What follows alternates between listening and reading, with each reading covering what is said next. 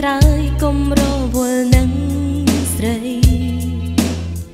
គិតតែខ្លួនឯងរៀបប្រឹងឲ្យប្របី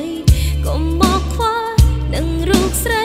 គ្មានអ្វីចាប់អារម្មណ៍ទៀតទេ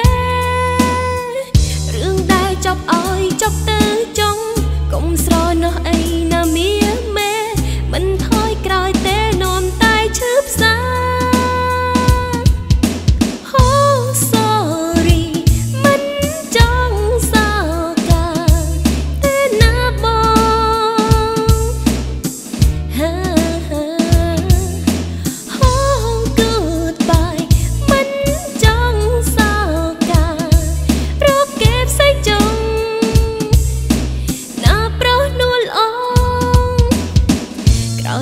បែកបាក់អូនបានគិតយ៉ាងច្បាស់ជុំដើរផ្លូវចាំងដែលធ្លាប់តែសៅមកស៊ូដើរផ្លូវថ្មីខុសពីផ្លូវនោះល្អ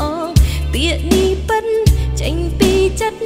ពីបេះដូងអូនមែនណាស្ងួនបើមានបំណងចង់បន្តកុំអីយកល្អណានឹម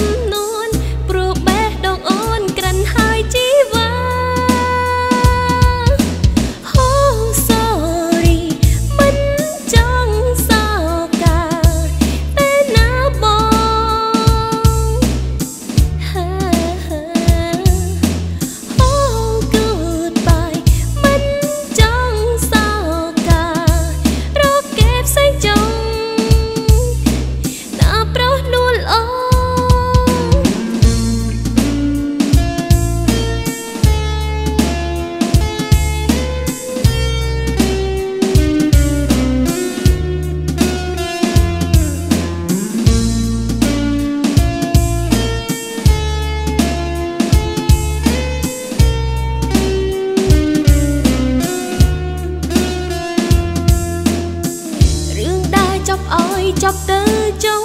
កុំស្រណោះអីណាមី